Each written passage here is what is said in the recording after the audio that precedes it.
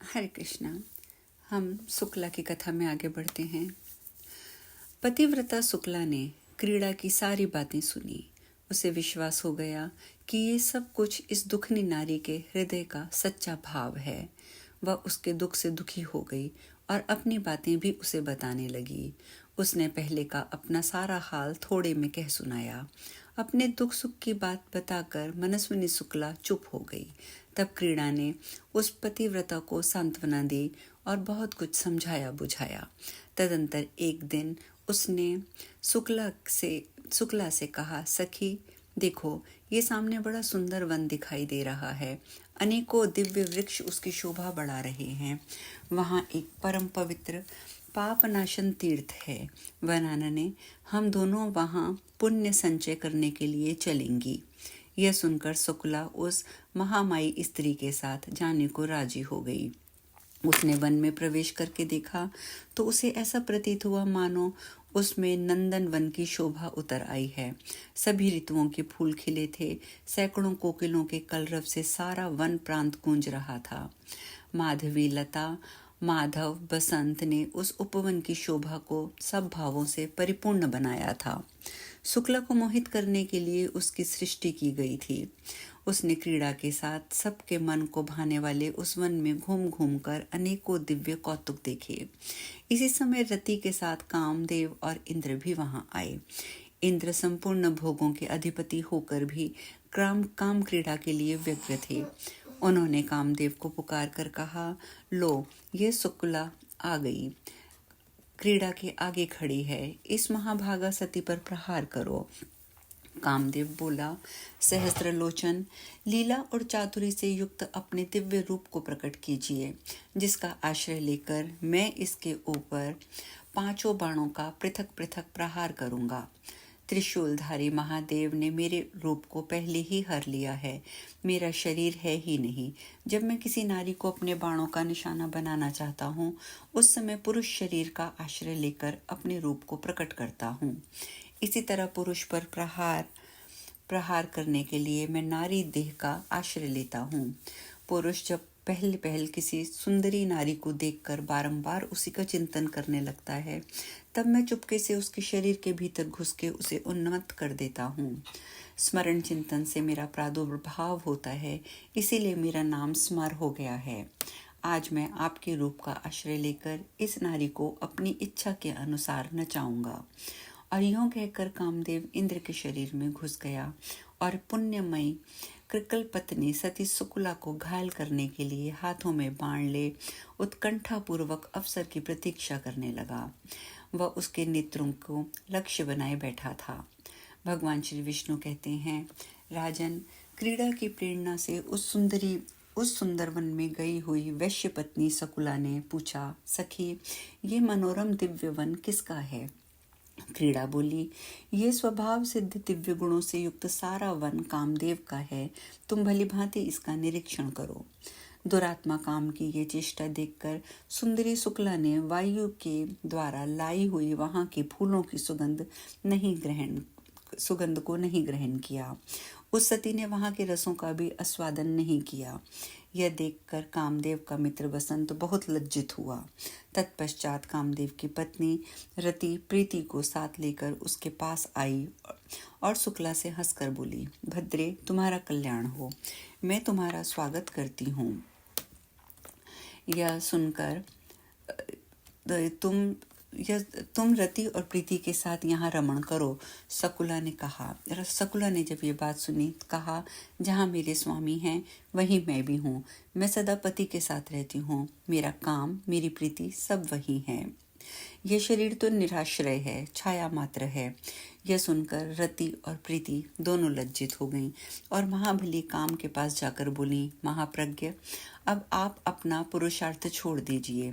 इस नारी को जीतना कठिन है। ये महाभाग पतिव्रता सदैव अपने पति की ही कामना करती है।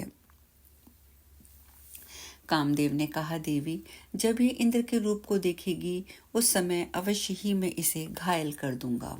तदंतर देवराज इंद्र परम सुंदर दिव्य वेश धारण करके रति के पीछे पीछे चले। उनकी गति में अत्यंत ललित विलास दृष्टिगोचर होता था। सब प्रकार के आभूषण उनकी शोभा बढ़ा रहे थे। दिव्य माला, दिव्य वस्त्र, दिव्य गंध से सुसज्जित होकर वे पतिव्रता शुक्ला के पास आए और उससे इस प्रकार बोले, भद्रे, मैंने पहले तुम्हारे सामने दूती भेजी थी, फिर प्रीति को रवाना किया।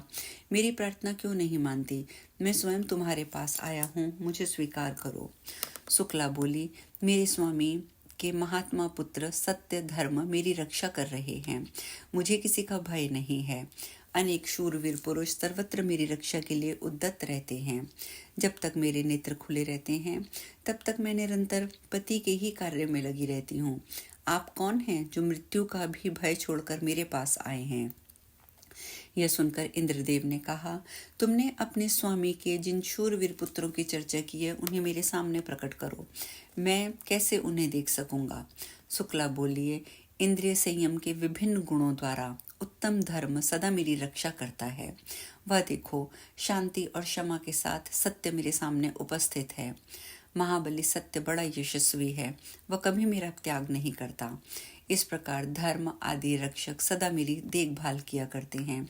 फिर क्यों आप बलपूर्वक मुझे प्राप्त करना चाहते हैं? आप कौन हैं जो निडर होकर दूती के साथ यहाँ आए हैं? सत्य, धर्म, पुण्य और ज्ञान आदि बलवान पुत्र मेरे और मेरे स्वामी के सहायक हैं। वे सदा मेरी रक्षा में तत्पर रहते हैं। मैं नित्य सुरक्षित हूँ। इंद्र संयम और मनोविग्रह में तत्पर रहती हूँ। साक्षात शचीपति इंद्र भी मुझे जीतने की शक्ति नहीं रखते। यदि महापराक्रमी कामदेव भी आ जाए तो मुझे कोई परवाह नहीं है, क्योंकि मैं अनायास ही सतित्व रूपी कवच से सदा सुरक्षित हूँ। मुझ पर कामदेव के बाण व्यर्थ हो जाएंगे, इसमें तनिक भी संदेह नहीं है। उल्टे महाबली धर्म आदि तुम्ही को नष्ट कर डालेंगे। दूर हटो, भाग जाओ, मेरे सामने ना खड़े हो। यदि मरना करने पर भी तुम खड़े रहोगे तो जलकर राख हो जाओगे। मेरे स्वामी की अनुपस्थिति में यदि तुम मेरे शरीर पर दृष्टि डालोगे तो जैसे आग सूखी लकड़ी को जला देती है, उसी प्रकार मैं भी तुम्हें भस्म कर डालूंगी। शकुला ने जब ये कहा तब तो उस सती के भयंकर शाप के डर से व्याकुल होकर सब लोग जैसे आए थे वैसे ही लौट गए। इंद्र आदि ने अपने अपने लोक की राह ली। सबके चले जाने पर पुण्यमयी पतिव्रता शुक्ला पति का ध्यान करते हुए घर लौट आई। वह घर पुण्यमय था, वहां सब तीर्थ निवास करते थे। संपूर्ण यज्ञों की भी वहां उपस्थिति थी। राजन, पति को ही देवता मानने वाली वह सती अपने उसी घर में आकर रहने लगी। आगे भगवान श्री विष्णु कहते हैं, राजन, कृकल वैश्य सब तीर्थों की यात्रा पूरी करके अपने साथियों के साथ बड़े आनंद से घर लौटे। वे सोचते थे कि मेरा संसार में उत्तम जन्म सफल हो गया, मेरे सब पितर स्वर्ग को चले गए होंगे। इस प्रकार विचार कर ही रहे थे कि एक दिव्यधारी विशालकाय पुरुष उनके पिता पितामहों को प्रत्यक्ष रूप से बांधकर सामने प्रकट हुए और बोले, वैश्य, तुम्हारा पुण्य उत्तम नहीं है, तुम्हें तीर्थ यात्रा का फल नहीं मिला, तुमने व्यर्थ ही इतना परिश्रम किया। यह सुनकर कृकल वैश्य दुख से पीड़ित हो गए। उन्होंने पूछा, आप कौन हैं जो ऐसी बात कह रहे हैं? मेरे पितामह क्यों बांधे गए हैं? मुझे तीर्थ का फल क्यों नहीं मिला? धर्म ने कहा, जो धार्मिक आचार और उत्तम व्रत का पालन करने वाली, श्रेष्ठ गुणों से विभूषित, पुण्य में अनुराग रखने वाली तथा पुण्यमयी पतिव्रता स्त्री को अकेली छोड़कर धर्म करने के लिए बाहर जाता है, उसका किया हुआ सारा धर्म व्यर्थ हो जाता है, इसमें तनिक भी संदेह नहीं है। जो सब प्रकार के सदाचार में संलग्न रहने वाली, प्रशंसा के योग्य आचरण वाली, धर्म साधन में तत्पर, सदा पतिव्रत्य का पालन करने वाली, सब बातों को जानने वाली और ज्ञान की अनुरागिणी है, ऐसी गुणवती, पुण्यवती और महासती नारी जिसकी पत्नी हो, उसके घर में सर्वदा देवता निवास करते हैं। पितर भी उसके घर में रहकर निरंतर उसके यश की कामना करते हैं। गंगा आदि पवित्र नदियां भी, सागर, यज्ञ, गौ, ऋषि, संपूर्ण तीर्थ भी उस घर में मौजूद रहते हैं। पुण्यमयी पत्नी के सहयोग से गृहस्थ धर्म का पालन अच्छे ढंग से होता है। इस भूमंडल में गृहस्थ धर्म से बढ़कर कोई दूसरा धर्म नहीं है। वैश्य, गृहस्थ का घर यदि सत्य और पुण्य से युक्त हो तो परम पवित्र माना गया है। वहाँ सब तीर्थ और देवता निवास करते हैं। गृहस्थ का सहारा लेकर सब प्राणी जीवन धारण करते हैं। गृहस्थ आश्रम के समान दूसरा कोई उत्तम आश्रम मुझे दिखाई नहीं देता। जिसके घर में साध्वी स्त्री होती है उसके यहाँ मंत्र, अग्निहोत्र, संपूर्ण देवता, सनातन धर्म तथा दान एवं आचार सब मौजूद रहते हैं। इसी प्रकार जो पत्नी से रहित है उसका घर जंगल के समान है। वहाँ किए हुए यज्ञ और भांति भांति के दान सिद्धदायक नहीं होते। साध्वी पत्नी के साथ कोई तीर्थ नहीं है, पत्नी के समान कोई तीर्थ नहीं है और पत्नी के समान कोई सुख नहीं है तथा संसार में तारने के लिए और कल्याण के साधन के लिए पत्नी के समान कोई पुण्य भी नहीं है। पत्नी ही गृहस्थ धर्म की स्वामिनी है। उसके बिना ही जो तुमने शुभ कर्मों का अनुष्ठान किया है यह स्पष्ट तुम्हारी चोरी है। जब पत्नी अपने हाथ से अन्न तैयार करके देती है तब वह अमृत के समान मधुर होता है। उसी अन्न को पितर प्रसन्न होकर ग्रहण करते हैं और उसी से उन्हें विशेष संतोष और तृप्ति होती है। अतः पत्नी के बिना जो धर्म किया गया है वह निष्फल ही होता है। कृकल ने पूछा, धर्म, अब कैसे मुझे सिद्धि प्राप्त होगी और किस प्रकार मेरे पितरों को बंधन से छुटकारा मिलेगा? अब हम इस कथा में यहीं विश्राम लेंगे। शेष कथा कल करेंगे। हरे कृष्णा।